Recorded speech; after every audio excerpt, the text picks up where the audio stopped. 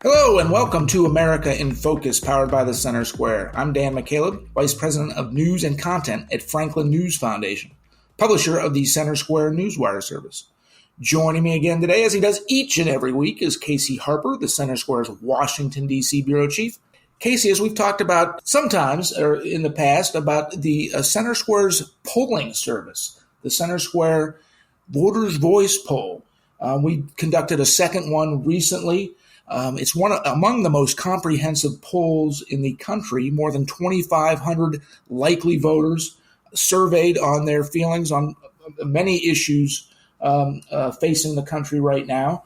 You wrote a few stories in the past week or so about that poll. One was a one-on-one comparison between current President Joe Biden and former President Donald Trump, who are the front runners right now in their respective party. Of course, Biden doesn't really have much of a challenger, although there are questions about whether he will run as we get closer to the November election.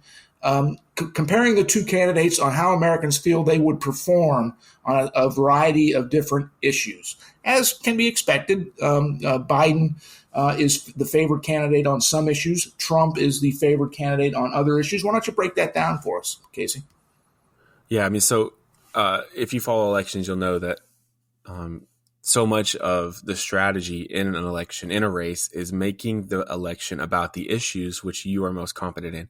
And so, elections aren't just always about the candidates. They can be about certain issues. For example, in the aftermath of Roe v. Wade being overturned, that election was about abortion. It was, of course, somewhat about the candidates, but it was a referendum in the minds of some voters on the abortion issue. Of course, when Trump was in office, the election was about a referendum on Trump, and there's different things. You could say this next election might be about the overseas conflicts. It might be about the economy, which is still struggling.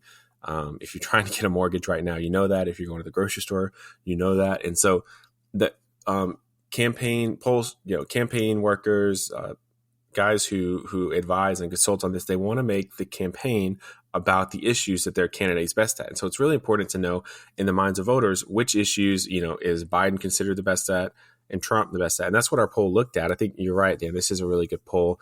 It's very thorough. It makes sure that the people who say they're independents are truly independents. It's called true independence, which is where we ask them to make sure that they don't have a leaning to Democrat or Republican, even when they say they're independent. Because some people are part of a party, but they just don't want to admit it, and they think it's cooler to say they're independent when really they always vote Democrat or they always vote Republican, right? So those people are kind of weeded out in the survey. So they're true independents, which is worth noting. So let's go through some of these issues. The economy, jobs, this has got to be top of mind for a lot of people. And it found that voters think Trump is definitely better than Biden on this. 54% picked Trump compared to 37% for Biden, which is pretty widespread on a key issue. Same is true for immigration. That's not too surprising. That's kind of been Trump's hallmark issue. But it is a big issue. We've talked on this podcast many times about 10 million illegal immigrants coming into the country since Biden took office. A lot of financial concerns for local governments, a lot of, safety concerns about that, some even terrorism concerns. And so Trump beats Biden 53% to 36% on immigration, and then 51% to 39% on national security. So those are, the three issues in voters' minds where Trump really does take the cake and has a pretty wide spread on the current president. And looking further down the line in this specific poll question, Casey, crime is another one where Trump is considered the better candidate. Of course, crime has been a big issue, particularly since the pandemic in major cities and with progressive prosecutors across the country. You fled Chicago for Texas. The crime is so bad in Chicago. I am in Texas right now. Did not flee suburban Chicago just yet, but we are looking at that. Crime. Americans, voters think Trump would do better with crime than Biden has, and foreign affairs, diplomacy, et cetera, with the ongoing, crisis in the Middle East, Russia's invasion of Ukraine. 48% of Americans say Trump would do better on foreign affairs than to Biden's 41%. But when you get to some of these other issues, as you mentioned, abortion being one, Biden does better than Trump, 46% to 38%. On healthcare, Biden does better than Trump, 46% to 40%. Race relations, Biden 46% to Trump's 38%. And climate change, Biden's 49% to Trump's 36%. So Biden certainly best Trump on some of these issues. Trump best Biden on many of these issues, but the economic ones and the national security ones, which seem to be top of mind nowadays, Trump does do better than Biden when it comes to how voters feel they'll do. Right. And of course, we are a year out, and it's worth noting that Biden does perform overall better than Trump, I believe 48% to 44%. So being a year out is a little hard to forecast, but I think this is something for the Trump campaign to be excited about, which is the issues where Trump is seen most favorably are very likely going to be the top issues for the next year. Of course, Biden does outperform on climate change and education. Those are issues that Democrats, typically do outperform Republicans on. But I don't see those being the main issues in this election, because I don't think this Israel-Hamas war, I don't think that issue is going away. I mean, I think it's possible, but it's very feasible that a year from now, we're still talking about the Israel-Hamas conflict, the Russia-Ukraine conflict. And I've seen some of Trump's campaign ads, and his basic argument is, hey, we didn't have any foreign wars like this when I was president. Everything was calm.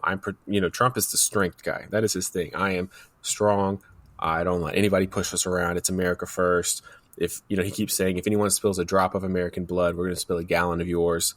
And I think that message could be really compelling if these wars have drug out for another year, and maybe even, there's talks of America having to get involved. In the position on these wars, foreign policy is going to have an outsized influence on this election. Usually American voters care a lot more about domestic policy, but this election could be different for that. And so Trump projecting strength on that. Of course, the immigration crisis is affecting places it doesn't normally. Like New York City Mayor Eric Adams is talking about having to cut the budget because they're taking care of so many illegal immigrants. So this is reaching that immigration issue is touching other parts of the country that it's not used to. That could help Trump out.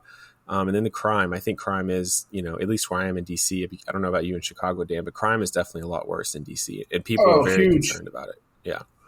So huge issue. And what complicates the things this primary season, Casey, as we've talked about before, of course, is Trump, by far the front runner in the GOP primary, faces almost 100 different charges on 4 separate indictments. Mm-hmm. Could be going to trial before the election. There's battles now about when these trials are going to happen. And then on the other side is Biden's age and his mental capacity. Every time he makes a public appearance, public statement, nowadays, it seems there's huge gaffes. There are plenty of Democrats are questioning whether Biden should serve another 4 years in office. He'll be well into his 80s at the end of a second term, and he's already showing signs of faltering on certain issues. Casey, as usual, I appreciate your insights on these very important issues. Listeners can read all of the Center Square Voters Voice poll stories and see the data at thecentersquare.com, but we are out of time. For Casey Harper, I'm Dan McCaleb. Thank you for listening. Please subscribe.